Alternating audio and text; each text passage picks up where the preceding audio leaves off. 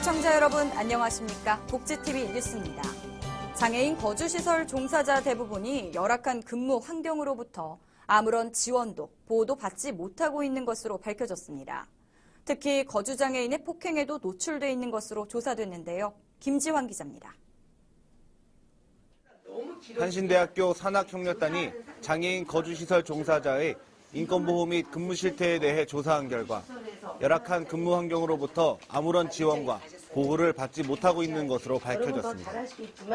한신대학교 산학협력단은 장애인 거주시설 종사자 780인을 대상으로 설문조사를 실시하고 인권지킴이에서 활동하고 있는 20인을 대상으로 FGI 조사 및 사례조사를 진행했습니다. 실태조사 결과 현재 장애인 거주시설 종사자는 근로수당을 제대로 지급받지 못하고 육아휴직, 휴가 등이 보장되지 않으며 거주장애인들로부터 폭행에 노출되어 있는 것으로 조사됐습니다. 특히 장애인 거주시설 종사자들이 거주장애인들로부터 폭행, 폭언에 노출되는 상황이 많아 이에 대한 보호가 시급한 것으로 나타났습니다. 또한 장애인 거주시설 종사자들은 FGI 조사를 통해 거주장애인으로부터 쇄골뼈를 맞고 골절을 입어 결국 퇴사한 적이 있다. 소지하고 있던 돈을 거주장애인이 찢어 쓰지 못한 사례도 있었다고 밝혔습니다. 또한 이와 같은 복합적인 고충들로 인해 설문조사에 참여한 전체 인원 중 44%가 이직을 고민 중에 있는 것으로 확인됐습니다. 인권위 장명숙 상임위원은 인간으로서 누려야 하는 최소한의 조건에서 일방적으로 희생을 강요하면 인권 문제를 해결할 수 없다며 거주장애인 인권 향상을 위해서는 장애인 거주시설 종사자의 인권 역시 보장돼야 한다고 강조했습니다. 복지TV 뉴스 김지환입니다. 2014 서울 사회복지대상 시상식이 열렸습니다. 사회복지 증진에 헌신한 이들의 노고를 치하하기 위해서인데요. 김소영 기자입니다. 서울복지신문이 지난 5일 서울시 중구에 위치한 우리은행 본점에서 올해 사회복지를 위해 힘쓴 이들을 격려하기 위해 서울사회복지대상 시상식을 열었습니다. 서울복지신문에 따르면 서울사회복지대상은 사회복지와 사회공헌 부분에서 헌신한 지자체장과 복지 관련 종사자, 서울시 의원 및 구의원, 지자체 공무원, 일반인 등의 노고를 치하하는 자리입니다. 수상 부문은 서울복지신문 사장상, 서울사회복지대상 대회장상, 서울특별시의회 의장상, 서울특별시장상 총 4개 부분이며 총 40인의 수상의 영예를 안았습니다. 특히 이날 서울특별시장상을 수상한 복지TV 오세은 광고국장은 이번 수상을 통해 앞으로도 사회복지를 위해 헌신할 것이라고 전했습니다. 복지가 날로 좋아지고 있다는 것은 우리가 사실입니다. 그러나 소외된 이웃들, 사각지대에 있는 많은 사람들이 아직도 힘들어하는 사람들이 많이 있습니다. 이들을 잘 발굴해서 어려운 이들을 돕는데 앞으로 남은 여생을 더 노력해달라는 뜻으로 앞으로도 열심히 더 할 생각입니다. 또한 행사를 주최한 서울특별시의회 성백진 의원은 복지는 한국의 미래이자 창조라고 강조하며 복지에 대한 노력을 통해 행복한 국가를 만드는 데 일조할 것이라고 전했습니다. 복지TV 뉴스 김소연입니다.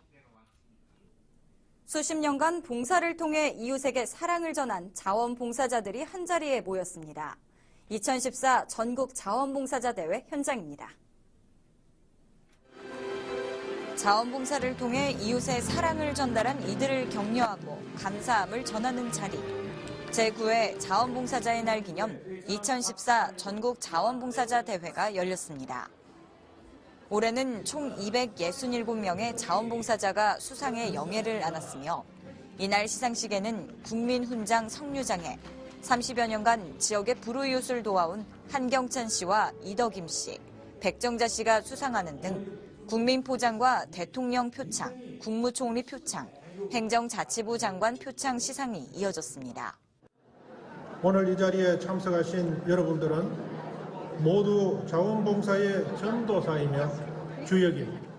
정부의 손길이 미처 닿지 못한 곳을 찾아서 봉사와 나눔을 베풀어 주시기를 부탁드립니다.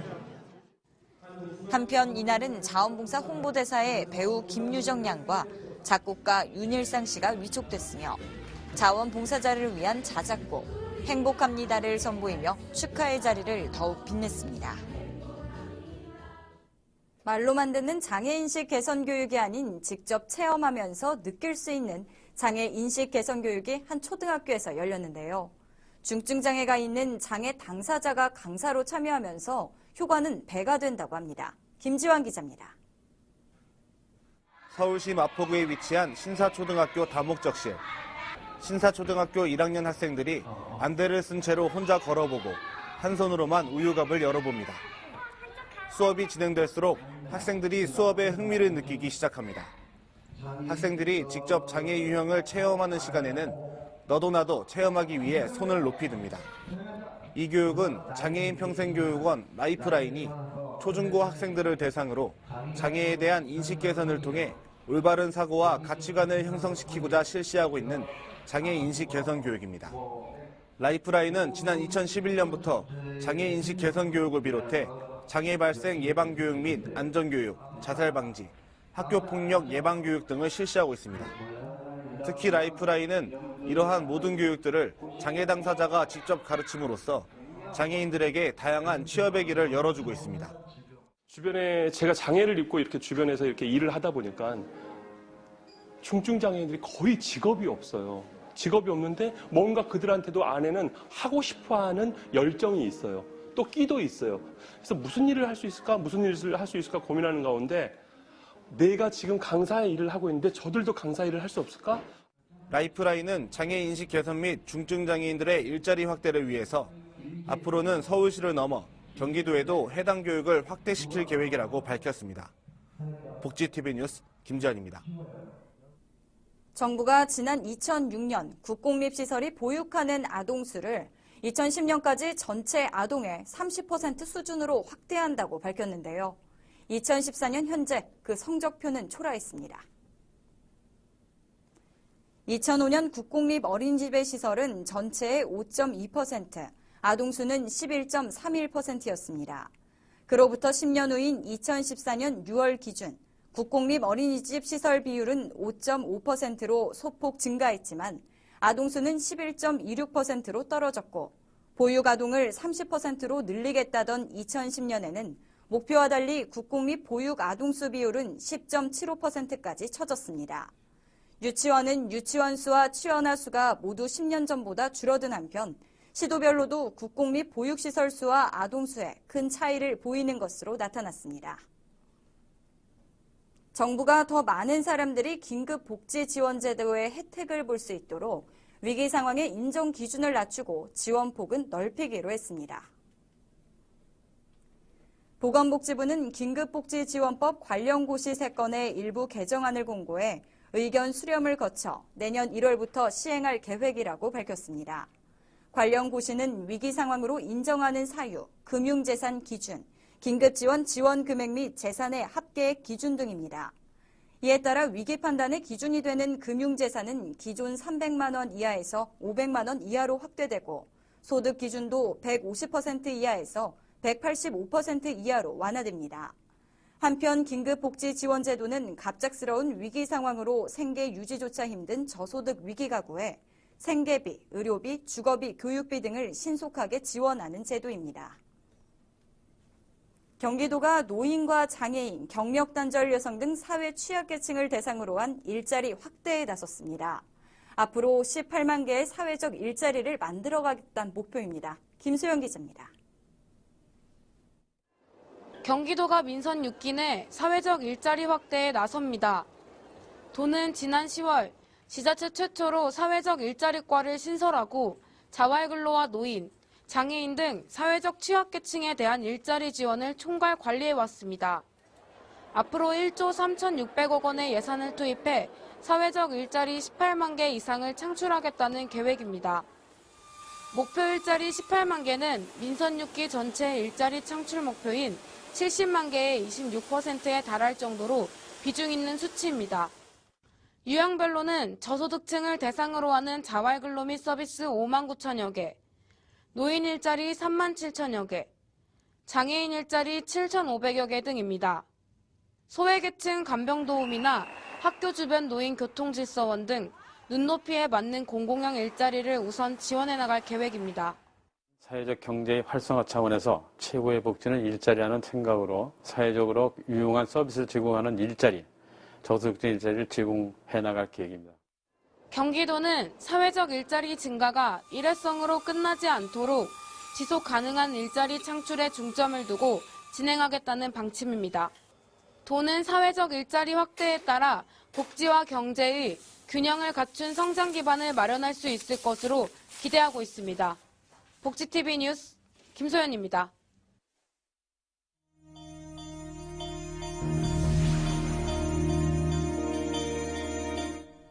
이어서 간추린 뉴스를 전해드립니다. 청각이나 언어장애인들이 언제 어디서나 스마트폰을 통해 이용할 수 있는 통신중개 서비스 앱이 나왔습니다. 통신중개 서비스는 전화 이용이 어려운 장애인들이 주로 PC나 전용 화상 전화기로 수화통역사의 도움을 받아 문자나 영상을 통해 쌍방향 통화를 하던 것입니다. 이번 한국정보화진흥원의 통신중개 서비스 앱은 기존의 이동성의 제약을 보완한 것으로 안드로이드 마켓이나 앱스토어에서 손말 이음센터라고 검색한 뒤 무료로 내려받아 이용할 수 있습니다. 질병관리본부가 만 65세 이상이라면 폐렴구균 예방접종을 해야 한다고 당부했습니다. 폐렴구균은 혈액이나 뇌수막에 침투할 경우 치명적인 합병증이 발생하는데 노년층의 경우 사망률이 높아지는 만큼 예방접종이 필요하다고 강조했습니다. 현재 만 65세 이상이라면 전국 보건소에서 무료 접종을 받을 수 있습니다. 창원시가 올해 노인 일자리 사업을 마무리하는 한마당 행사를 가졌습니다. 한가람 청소년 문화재단이 주최하고 창원 시니어 클럽이 주관한 이번 행사에는 한 해 동안 노인 일자리 사업에 참여한 어르신 400여 명이 초청됐으며 표창장 시상과 축하 공연 등이 이어졌습니다.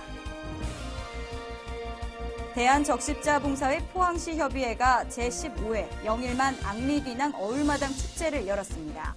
1994년 설립돼 20년이 된 대한적십자 포항시 협의회는 이번 축제에서 봉사자로서 헌신한 이들을 표창한 한편 장학금 전달에 이어 2015년도 적십자 회비기 모금 선포로 회원 모두가 사랑과 봉사로 희망을 만드는 정다운 이웃이 될 것을 다짐했습니다.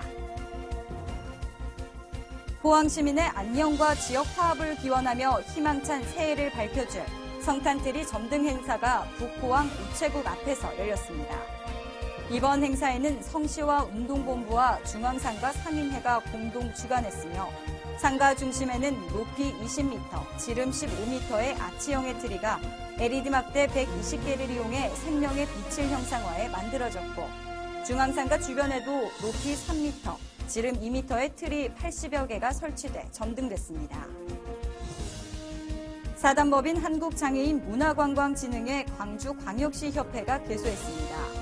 지난 5일 개소한 광주광역시협회는 장애인과 사회소외계층의 관광레저 프로그램을 개발해 보급하는 등 이들의 건강한 사회참여 기회를 확대하고 행복한 삶을 위한 권익 증진을 도모해 나간다는 계획입니다.